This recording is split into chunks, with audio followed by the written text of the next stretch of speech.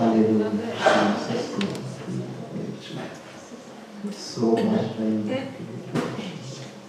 Alors notre thème, c'est l'Église était en paix. Alléluia. Et moi, on m'a confié cette lourde tâche de terminer quand les autres, les bons orateurs, ils ont déjà prêché. Et toi, tu arrives après, tu te dis, qu'est-ce que je vais dire après tous ces grands pasteurs qui ont prêché, qui ont porté des enseignements. Et donc, on m'a chargé de parler sur la fin et c'est croissé par l'assistance du Saint-Esprit. Alléluia. Amen. Et pour ceux qui étaient là vendredi, nous avons vu et que le Saint-Esprit a utilisé 3 éléments pour la croissance de l'Église primitive. Nous avons vu premièrement vendredi la conviction du péché ou la repentance. Et samedi midi, nous avons vu le parler en langue qui a attiré la foule le jour de la Pentecôte. Et aujourd'hui, nous allons terminer par ce 3e élément qui a permis que les foules viennent, que l'Église puisse connaître la croissance. Et c'est ce que nous désirons aussi dans nos églises. Je suis convaincu que Dieu n'est pas resté simplement le Dieu des actes et des apôtres, il est aussi le Dieu de notre siècle, de notre saison. J'ai intitulé ce 3e point, le miracle. Alléluia. Amen. Les miracles. Si quelqu'un peut dire les miracles. On veut les miracles. On veut les miracles dans nos églises. Je ne parle pas qu'à vous, mais dans nos églises, on les fait. Alléluia. Ce n'est pas qu'à Alençon, on vit des miracles comme nous les voyons dans la Bible. On aimerait les vivre. Ce n'est pas qu'à Paris ou ailleurs, ils vivent des miracles. J'entendais les dons qui étaient portés hier par le pasteur Kassonga, qui disait ce que tu vis, ce n'est rien à côté de ce que Dieu a préparé. Alléluia, a prévu pour toi. En fait, ce que nous vivons dans nos églises, ce n'est que des échantillons de ce que Dieu en a en réserve. Vous savez, lorsque vous passez devant les magasins et vous regardez je ne sais pas, des costumes ou des robes pour les serres, les chaussures, et vous dites, waouh, mais en fait, en stock, il y en a. Vous contemplez la vitrine, vous dites, waouh, c'est super. Mais, et lorsque vous les prenez, vous dites, peut-être non, il y en a plus, mais en fait, il y en a. Frères et sœurs, nous devons être soifés de dire à Dieu, Seigneur, je veux plus. Tu as promis que vous verrez de grandes choses. Et nous voulons vivre de grandes choses. Alléluia. Tu as dit que vous allez faire de grandes choses parce que je suis avec vous. Je vais vivre de grandes choses. Je ne peux pas me contenter des échantillons, Seigneur. Il y a un chrétien qui avait fait un rêve un jour. Dans son rêve, le Seigneur l'a transporté dans sa gloire et puis il voyait le Seigneur dans sa gloire sur son trône. Et puis il voyait des anges qui prenaient des paquets et qui jetaient. Et puis, lui, il se demande, il dit au Seigneur, mais Seigneur, qu'est-ce qu'ils sont en train de faire?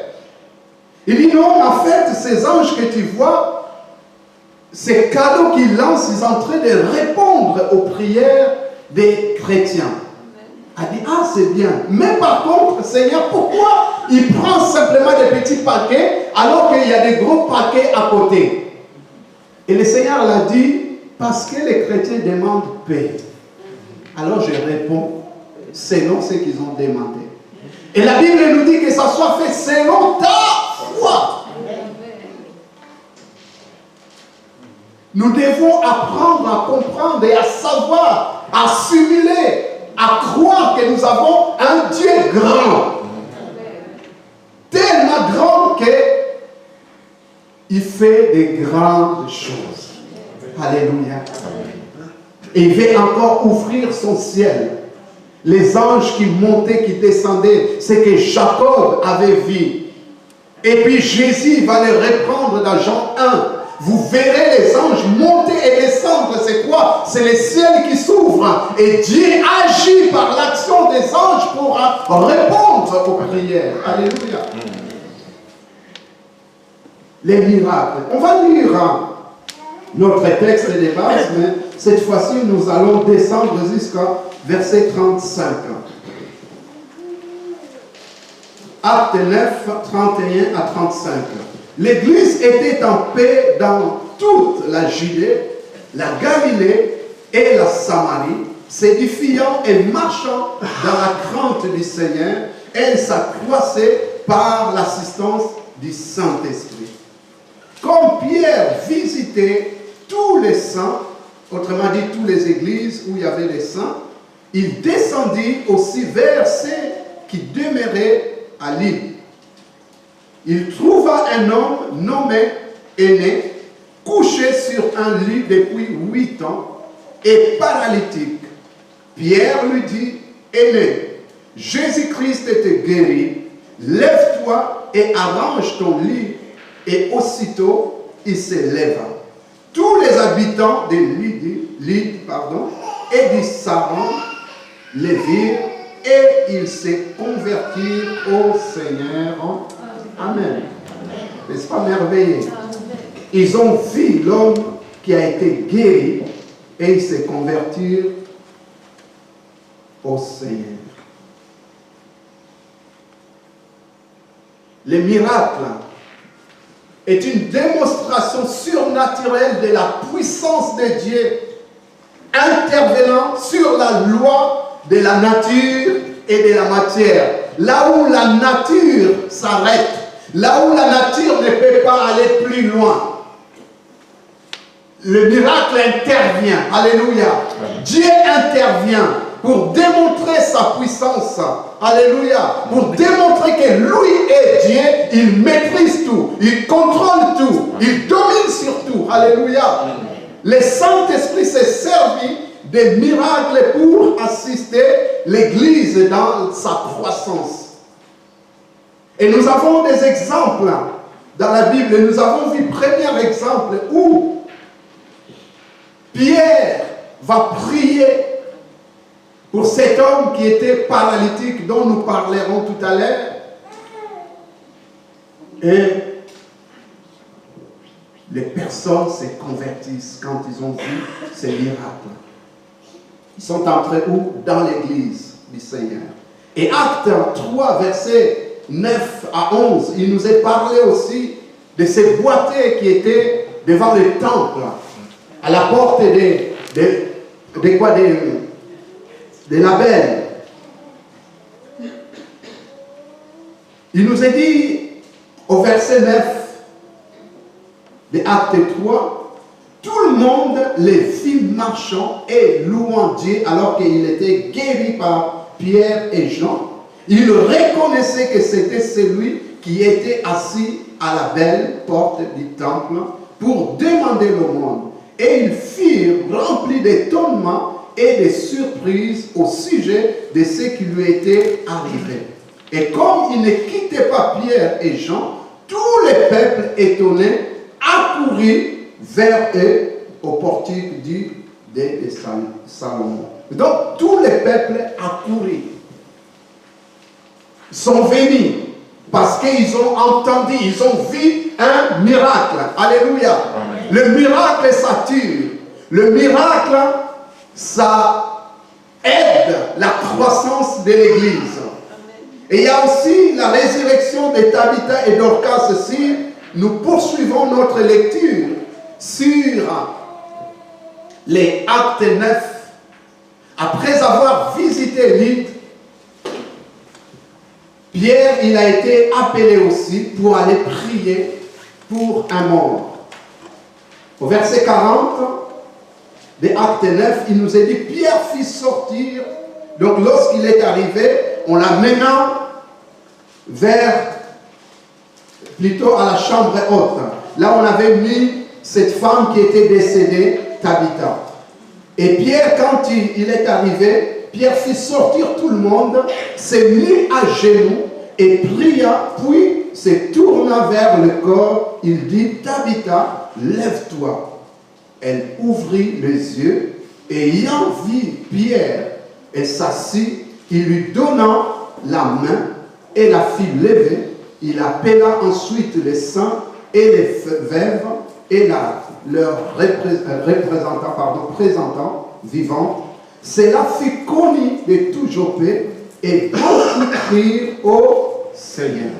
Cela fut connu de tout Joppé et beaucoup crurent au Seigneur. Lorsqu'il y a un miracle qui s'est produit, même si les journalistes de Blé Normandie ou de Ouest France, ils ne viennent pas, mais ça fait parler. De bouche à oreille qu'il y a quelque chose qui s'est passé dans ce lieu-là. Il y a quelque chose qui s'est passé à travers cet homme, cette femme. Il y a quelque chose qui s'est passé dans cette famille. Ça fait parler. Alléluia. Et donc, ils ont entendu et beaucoup ont cru. Alléluia. Et il y a d'autres exemples de nombreux miracles qui ont été accomplis par les apôtres. Acte 5, verset 12 à 14, il nous est dit, beaucoup de miracles et de prodiges se faisaient au milieu du peuple par le main des apôtres. Ils se tenaient tous ensemble au portique de Salomon et aucun des autres n'osait se joindre à eux, mais le peuple le louait hautement. Le nombre de ceux qui croyaient au Seigneur, hommes et femmes, s'augmentait de plus en plus. Amen. Et tout cela, c'était le miracle qui faisait que les nombres augmentaient. Donc, alors, si nous examinons ces textes, ces trois textes que j'ai pris, le Saint-Esprit n'est pas mentionné sur ces trois textes. Mais il est celui qui assistait les apôtres. Alléluia. Amen. Parce que tout ce que les apôtres faisaient, pourquoi? Parce que tout simplement, ils étaient remplis du Saint-Esprit, de la puissance du Saint-Esprit. Ils avaient reçu cette puissance, c'est que Jésus avait dit, vous recevrez une puissance, celle du Saint-Esprit, survenant sur vous, et vous serez mes témoins. Alléluia. Être un témoin, tu témoignes à travers la bouche, ce que tu vis, ce que tu as vécu. Mais aussi être témoin, c'est par la manifestation de la puissance du Saint-Esprit. À travers les miracles qui accompagnaient, cela, ça démontrait qu'ils étaient des témoins. Alléluia. Et Hébreux 2, verset 4 nous dit, Dieu appuyant leur témoignage par des signes, des prodiges et des divers miracles, et par le don du Saint-Esprit, distribué selon sa volonté. Donc Dieu, il appuyait leur témoignage. Leur témoignage ne s'arrêtait pas simplement de dire Jésus est Seigneur, que Jésus est mort et ressuscité. Mais lorsqu'il prêchait et le Saint-Esprit accompagnait la parole, alléluia, pour qu'il puisse accomplir des signes, des prodiges et des miracles. C'est comme ça que Paul va dire, et que ma prédication ne se repose pas sur des discours persuasifs de la sagesse. Paul, il ne voulait pas persuader les gens par des discours de la sagesse en disant, vous savez, ceci, c'est... Non, quelquefois on a besoin de la démonstration de l'esprit et des puissances. C'est ça qui calme les gens. Lorsque vous voulez discuter, dire oui, mais nous sommes dans la vérité, vous savez, je dis... C'est bien tout cela, mais quelquefois, dis Seigneur, qu'est-ce qui doit se faire? Seigneur, fais quelque chose qui va démontrer ta puissance. Un jour, je me souviens, il y a quelques années de cela, alors que j'ai travaillé, et puis j'avais un collègue comme ça qui me, excusez-moi l'expression, mais qui me cassait les oreilles. Bon, je peux le dire quand même cette expression parce que c'est biblique aussi. Jésus dit, il y a cette femme qui venait casser la tête, les oreilles. Voilà, pour qu'elle ne vienne plus me casser les oreilles, la tête. Voilà, voilà, on se comprend. Hein? Oui. Voilà, bon, bref, voilà. Il me cassait la tête. Il me disait, oui, Georges, il faut croire à Allah et tout et tout. Et puis moi, je ne voulais pas entrer dans les discussions. Je l'ai regardé, j'ai prié, j'ai dit, Seigneur, qu'est-ce que je peux lui dire? Et puis un jour comme ça, il vient, il me dit, tu sais Georges, je sais que je t'ai dit, Allah et tout, il est Dieu, il faut croire à son prophète et tout, je l'ai regardé. Et là, moi, j'ai prié, je disais, Saint-Esprit, qu'est-ce que je peux lui dire? Donne-moi une parole. Et puis, là, je lui dis, écoute, tu vas m'excuser, mais je vais te poser une question. Est-ce que ton Allah, là, il répond à la prière? Il me dit, oh ben, tu sais, Allah, c'est un peu comme le mur, hein, tu parles, et après, tu ne sais pas si... Ah ben, j'ai dit, un Dieu comme ça, j'en rêve. Parce que le mien, il répond à la prière. Amen. Le mien, il guérit. Le mien, il sauve. Le mien, il libère. Son nom est Jésus. Il me dit, ouais, mais montre-moi les preuves de ce qu'il a fait. Alors là, j'étais bloqué. J'étais bloqué. Et là, j'ai dit, oh Seigneur, mais je vais avoir la honte là. Mais vous savez, Dieu ne permettra pas que vous soyez dans la honte lorsque vous parlez de lui. Alléluia. Et puis là, pendant que j'étais là, je vois mon téléphone qui vibre. Vous savez, le Saint-Esprit, il fait des choses extraordinaires. Amen. Je vois mon téléphone qui vibre. Les salis viennent d'en haut, mais moi, ça venait de mon poche, de ma poche. Et je sors mon téléphone et je vois un texto de ma fille, l'aînée, qui était partie en week-end à Paris, en vacances plutôt, qui était partie à Paris avec la troisième, donc ma troisième fille qui était petite à l'époque.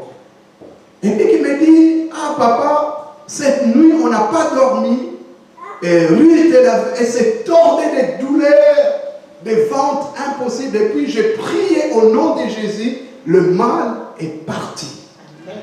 Elle a dormi tranquille. J'ai dit, waouh, cerise sur le gâteau. J'ai dit, hey, viens, mon ami là. Tu m'as demandé tout à l'heure qu'est-ce que mon Dieu fait. J'ai dit, lis-moi ça. C'est pas du français ça. J'ai dit, oh, arrête. Arrête.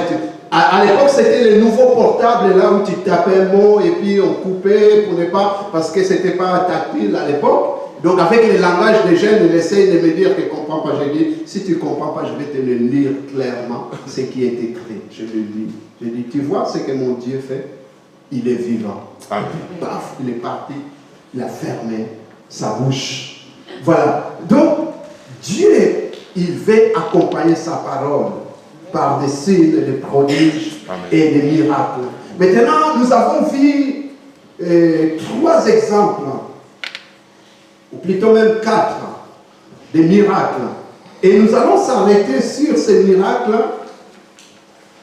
de la guérison des aînés. Pierre, la Bible nous dit que visitez tous les saints et descendez. Il a descendu dans la ville de Lydie, ou de Lydie.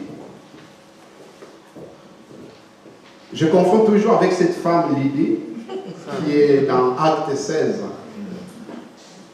Pierre va visiter les églises. La Bible nous dit, ce n'est que la suite de ce que nous avons lu où l'église était en paix. C'est la suite de tout ce que l'église vivait et où on va parler de la croissance de l'église. Et ça ne va pas s'arrêter là. Pierre va poursuivre son voyage missionnaire. Alors qu'il arrive dans cette ville, il voit un homme qui est paralytique. Quand une personne mandatée par Dieu visite un lieu, un endroit, en réalité, c'est Dieu lui-même qui visite. Amen. Alléluia. Amen. Parce que lorsqu'on parle de la visitation divine, où Dieu nous visite, pour visiter, Dieu il utilise plusieurs moyens pour visiter son peuple, pour visiter son église. Mais le plus simple le plus souvent, c'est 5 moyens qu'il utilise. Premièrement, il utilise sa parole pour visiter son peuple. La Bible nous dit, il a envoyé sa parole et sa parole nous a guéris. Alléluia. Amen. Dieu, quand il veut visiter, il envoie sa parole. Alléluia. Amen. Va dire à Pharaon, laisse partir mon peuple. Avant même que Dieu commence à agir, il envoie d'abord la parole. Il envoie un messager, il dit voilà, tu vas leur dire ceci. Autrement dit, c'est comme si pour préparer déjà le terrain. Alléluia, parce que Dieu ne fait rien sans ses prophètes. Alléluia, il envoie toujours sa parole. Et sa parole doit préparer le cœur par rapport à l'atterrissage de Dieu, par rapport à ce qu'il va faire. Alléluia. Et puis Dieu utilise aussi les anges. Il envoie des anges pour visiter son peuple. Ah, aujourd'hui, peut-être vous pouvez vous dire, et qu'il n'y en a pas beaucoup, on entend ces histoires. Il y en a jusqu'à aujourd'hui qui ont été, je ne l'ai pas encore vécu cette expérience, mais il y en a qui l'ont vécu, qui ont été visités par des anges. Alléluia. Mais par contre, on peut se dire, mais on n'a jamais vécu cette expérience des anges. Les anges, ils peuvent être visibles comme invisibles. Alléluia. Il ne faut pas simplement s'attendre à les voir de tes propres yeux. Parce qu'il y a certaines situations que tu peux sortir. Quand on parle, par exemple, l'ange de l'Éternel campe tout autour de ceux qui les craignent et les arrache du danger. Il y a certains dangers que tu ne peux même pas soupçonner ou que tu as vécu. Tu te dis, comment je suis sorti de cet accident où la voiture et tout est carencé? Parce que Dieu a envoyé son ange qui t'a sorti de là. Toi, tu ne l'as pas vu avec tes yeux. Mais Dieu t'a visité. Dieu avait visité Abraham par 3 anges. Alléluia. Dieu utilise ces moyens des anges pour visiter. Alléluia. Genèse, pour ceux qui prennent des notes, Genèse 18, verset 2, et vous allez voir où Dieu avait visité son serviteur Abraham. Et puis, Dieu utilise aussi les miracles pour visiter son peuple. La visitation divine. Lorsqu'il y a des signes, des prodiges, des miracles qui s'accomplissent, ça veut dire que c'est Dieu lui-même qui vient visiter son peuple. Et nous avons besoin de cette visitation. Seigneur, visite-nous. Dans notre génération, viens nous visiter. C'est que nos aînés ont vécu. En Normandie, il s'est passé des choses. Moi, j'entends souvent parler avec des anciens, avec nos aînés qui ont prêché l'évangile, ou certains qui sont morts, mais d'autres qui étaient plus jeunes à l'époque, qui nous racontent des choses. Et je dis, Seigneur, oui, j'entends ce que tu as fait. J'ai béni le Seigneur pour ce temps-là. Mais maintenant, c'est notre temps.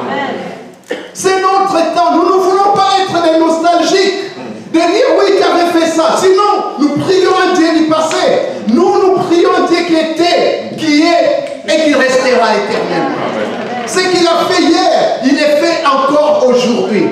Alléluia. Lorsque les Philistins, ils avaient bouché les trous qu'Abraham avait creusés. Et Isaac ne s'est pas contenté de cela. Isaac avec ses serviteurs, ils ont creusé encore. Amen. Même s'il y avait des obstacles, des oppositions, la Bible nous dit jusqu'à ce que Dieu les a menés au large et au haut. Bien-aimés, nous ne voulons pas rester sur ce qui a été fait. Isaac ne s'est pas contenté en se disant, mais de toutes les façons, c'est que mon père avait fait, maintenant les gens, ils ont couvert cela. Ce qui a été couvert, Seigneur, nous voulons encore. Nous voulons encore creuser. Si nous devons creuser dans la prière, nous creusons. Si nous devons creuser dans la foi, nous allons creuser. Si nous devons entrer dans une autre dimension spirituelle, nous allons entrer. Seigneur, afin que dans notre génération, le monde voit que le Dieu que nous prions, il est le véritable Dieu. Parce que nous ne pouvons pas le comparer à quiconque d'autre. Il est le seul, l'unique, le véritable Dieu. Son nom est Jésus-Christ de Nazareth. Alléluia.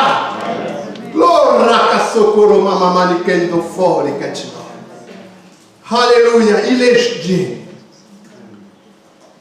Pour visiter, quatrièmement, il utilise des hommes. il envoie des hommes. L'Éternel a visité son peuple en Égypte. Je suis descendu, j'ai entendu la douleur, la souffrance de mon peuple et je suis descendu. Il est descendu comment? En envoyant Moïse et Aaron. Alléluia. Il a visité son peuple. Il envoie des hommes. C'est ainsi qu'à travers Pierre, même si les Écritures ne mentionnent pas que c'est Dieu qui a visité, c'est Dieu qui a visité les églises. Amen. Parce que Dieu utilise ces moyens-là pour visiter. Et alors Pierre, pourquoi Pierre? Il n'est pas plus que les autres apôtres. Dieu utilise qui il veut. Dieu fait grâce à qui il veut. Il fait miséricorde à qui il veut. Mais par contre, ce qu'on sait de Pierre, il avait reçu une parole lors de sa conversion. Je ferai de toi pécheur d'homme. Alléluia. Et il a reçu l'onction avec les autres les jours de la Pentecôte. Et c'est ainsi qu'il était revêtu de la puissance. Le miracle pouvait l'accompagner. Dieu, quand il envoie ses hommes, ses serviteurs, il les équipe pour la mission dont il les a confiés. Alléluia. Pour que son nom seul soit glorifié. Alors, il trouva cet homme, nommé Aîné, couché depuis 8 ans, paralysé. Aîné.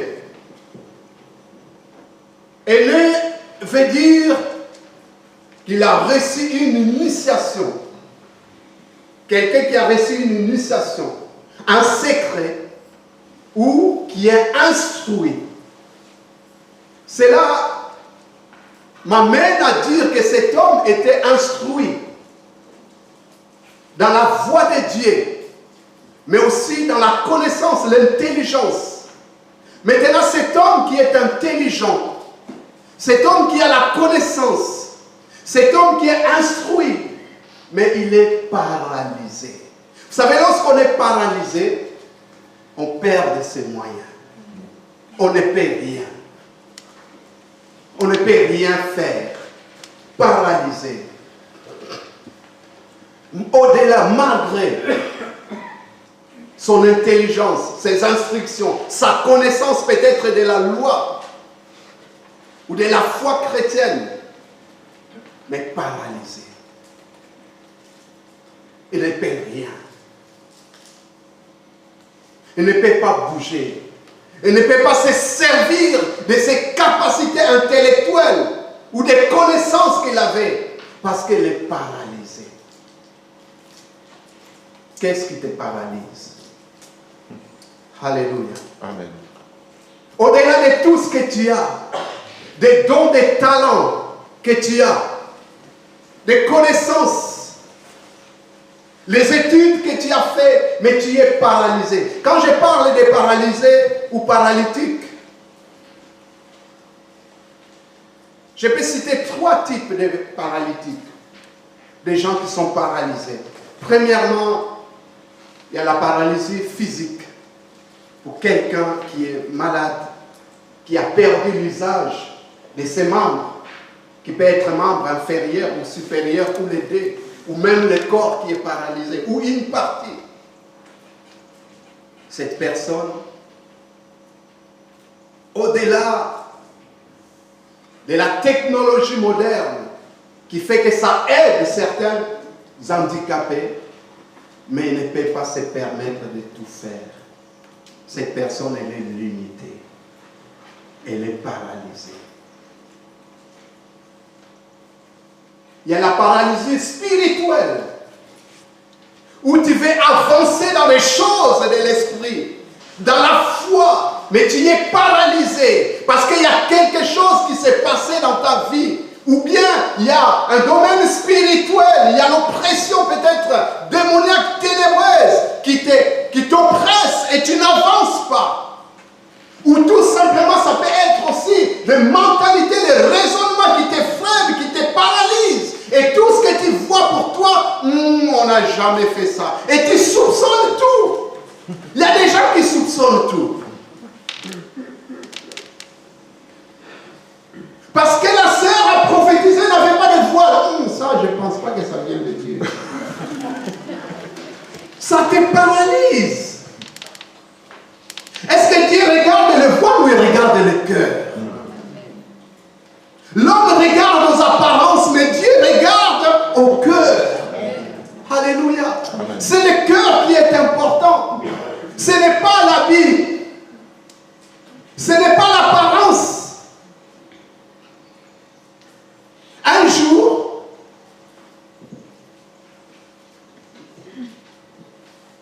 on était invité à un concert chrétien. On nous a dit, dans notre ville, il y a des chrétiens américains qui sont arrivés, un groupe chrétien qui vont faire un concert. Ok, on va aller voir.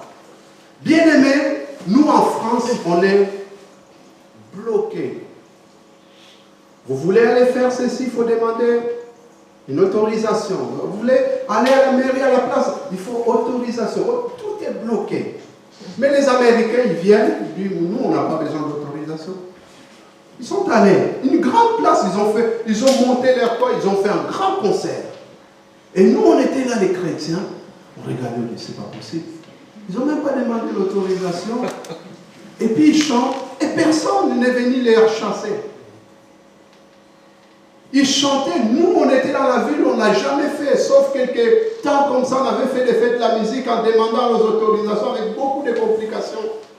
Mais eux, ils chantaient, ils proclamaient le nom de Jésus.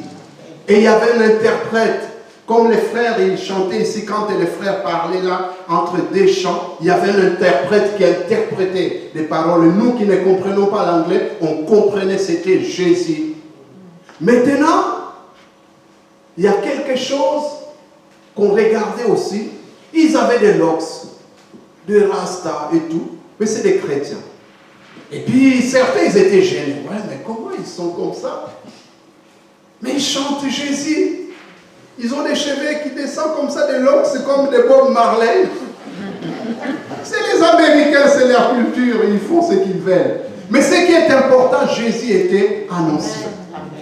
Jésus était annoncé. Et moi, de mes propres yeux, mes larmes commençaient à descendre. Ils ont fait appel au milieu de la foule. Les personnes qui n'étaient pas des chrétiens, ils se sont avancés pour donner leur cœur à Jésus. J'ai dit, bon, si nous on regarde que les locks, alors que Jésus est en train de sauver, on passe à côté. On passe à côté. Je ne dis pas que les jeunes qui chantent ici, il faut qu'ils viennent avec des locks, comprenez bien. Mais il ne faut pas s'arrêter sur l'apparence.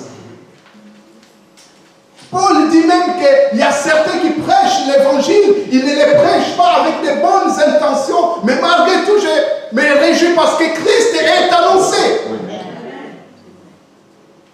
Bien sûr qu'on ne va pas aller chercher des gens qui prêchent avec de mauvaises intentions. Mais autrement dit, Paul il veut dire, mais au-delà de ce qu'ils sont, ce qui est important, Christ est annoncé. Christ est annoncé. Alléluia. Il y a des gens qui sont paralysés. Paralysés spirituels. Des gens qui vivent aussi des combats spirituels. Qui les anéantissent, qui n'arrivent pas à avancer. Alors ils sont bloqués, paralysés. Et puis il y a la paralysie aussi de la vie. Parce que tu as subi des choses qui t'ont blessé, qui ont laissé des marques dans ton cœur, dans ta vie, et tu n'avances plus dans la vie. Le travail, quelquefois même tu te dis, mais pourquoi il faut travailler? Pourquoi il faut se marier? Pourquoi, avec tout ce que j'ai vécu? Pendant qu'on louait, le Saint-Esprit me parlait d'une femme. Cette femme qui est même dans la salle. Tu es chrétienne, depuis quelques années. Mais tu n'oses même pas appeler Dieu Père. Tu n'oses pas. Parce que l'image du Père a été salie en toi. a été détruite parce que ton père terrestre s'est abusé de toi. Et tu dis, c'est pas possible. Comment je peux appeler Dieu Père avec ce que j'ai subi par mon propre père? Je ne peux pas accepter. Parce que tu as l'image d'un père qui t'a fait du mal. Ton cœur est brisé, détruit. Et tu n'arrives pas à recevoir cet amour du Père, le Dieu le Père. Que Paul va même appeler Abba Père, qui veut dire papa, Abba, qui veut dire papa. En fait, le mot, quand on dit papa, Dieu, on l'appelle papa, ça ne vient pas de l'Afrique. Abba Père. Dans les traductions, quand on lit les traductions, c'est le même mot que papa. Cet amour, tu l'as perdu. Et Dieu veut guérir ton cœur. Et c'est là, ça passe par le pardon. Tu dois pardonner à ton Père là, qui t'a fait du mal.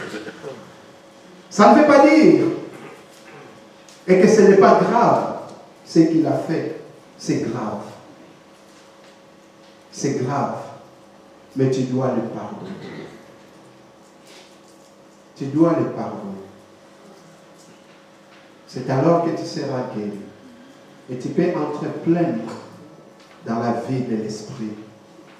Et pendant que je parle, ma prière que tu reçois l'amour du Père, Père Céleste. Lui, il ne déçoit pas.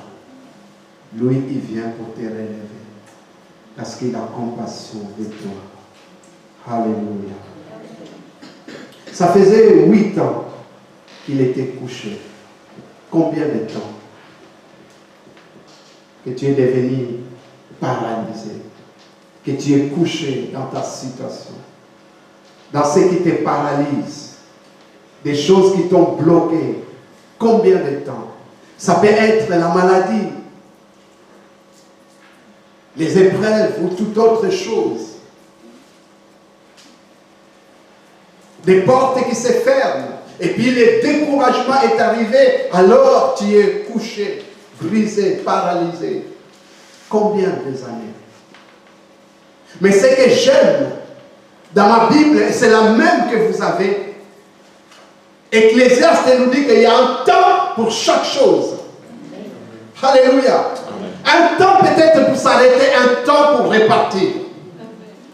Un temps pour rien faire, un temps pour travailler. Un temps pour coucher, un temps pour se réveiller. Et je déclare que ce temps, c'est aujourd'hui même.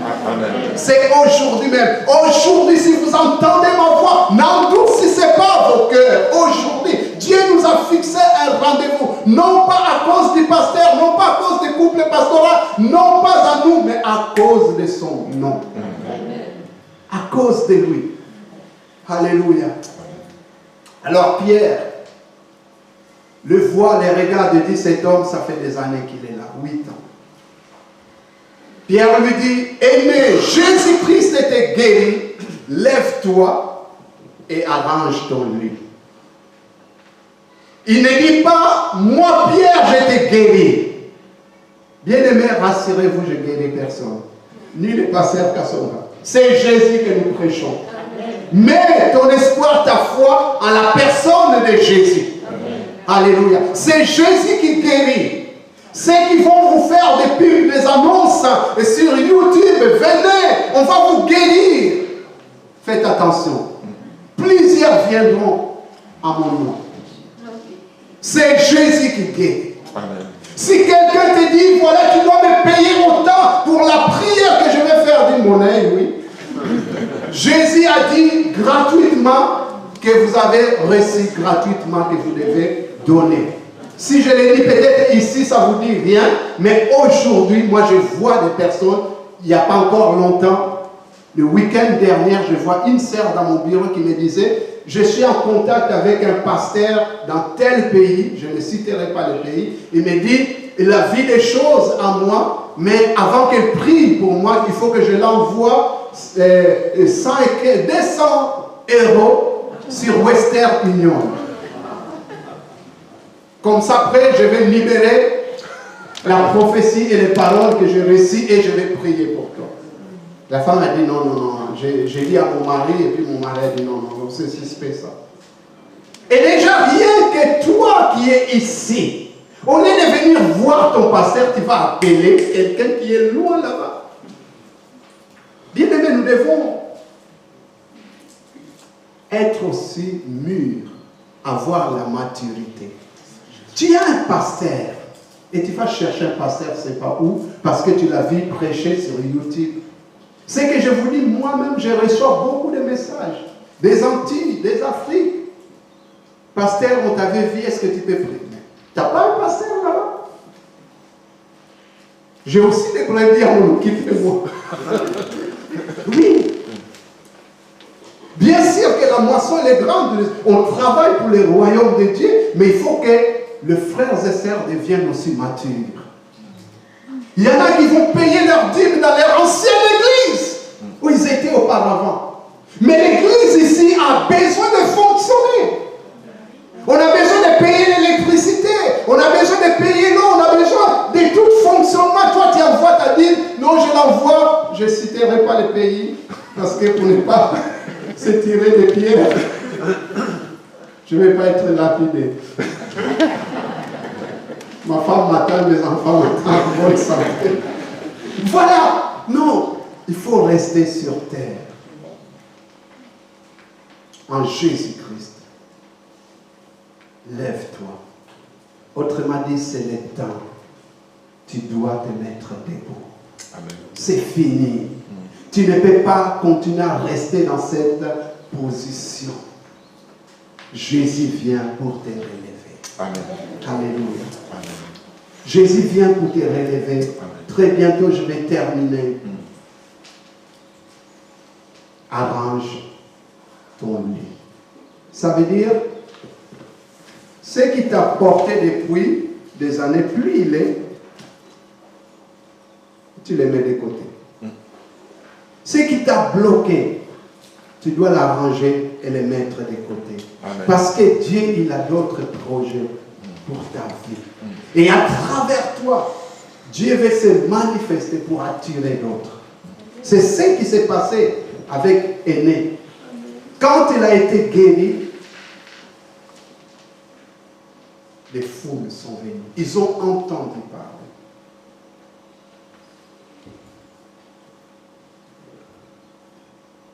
Mais il fallait une réaction. Une réaction de foi. Quelqu'un qui est paralysé, on lui dit, lève-toi, arrange ton lit. Imaginez la scène. Il faut avoir la foi pour commencer. La Bible nous dit, et aussitôt il s'éleva, alléluia, aussitôt, dans le moment même, sur les champs où immédiatement, il n'a pas attendu, je vais attendre encore quelques jours, quelques années, aussitôt, pendant que j'écoute, je prends la décision que je vais sortir de cette situation. Par la foi, je mets ma foi en action. Et il s'éleva. Et tous les habitants, ils virent et ils se convertirent au Seigneur. Amen. Le miracle, Dieu veut l'utiliser. Ta vie, Dieu veut t'utiliser. Que tu sois miracle de Dieu. Amen. Pour que tu puisses témoigner. Alléluia. Les miracles sont accomplis au nom de Jésus-Christ et par le Saint-Esprit. Et ils ont pour un but. Et je vais terminer par là le but des miracles. Premièrement, c'est bénir et faire du bien. Parce que le Dieu que nous prions, c'est un Dieu de compassion et de miséricorde. Il ne peut pas accepter de voir quelqu'un qui souffre. 8 ans. Pour d'autres, peut-être quelquefois c'est 2 ans, 3 ans. Jésus, quand il voyait la foule, la Bible nous dit, il fut ému de compassion. La compassion de Dieu. Et il veut bénir. Deuxièmement, c'est démontrer la toute-puissance de Dieu. Que lui seul est capable de faire des miracles. Je démontre que dans cette situation, ce n'est pas les médecins. Quoique on n'est pas contre la médecine, mais quelquefois la médecine est limitée. Et que je démontre, c'est moi, Dieu, qui accomplit ces miracles. Troisièmement, c'est pour incliner le cœur des incrédules. Il y a certaines personnes, tu leur parles, il n'y a rien qui se passe. Il faut qu'ils voient un miracle pour qu'ils puissent croire. Amen. Et qu'ils puissent s'incliner et dire, oui, nous reconnaissons que c'est Jésus. Et pour terminer, quatrièmement, pour assister l'Église dans sa croissance. Amen. Quand les miracles s'accomplissent, alors ça fait parler autour de nous. Les gens viennent. Alléluia. Amen. On va prier. Amen. Je crois que notre Dieu il n'a pas changé. Amen. Et le temps des miracles n'a pas passé. Amen. Alléluia.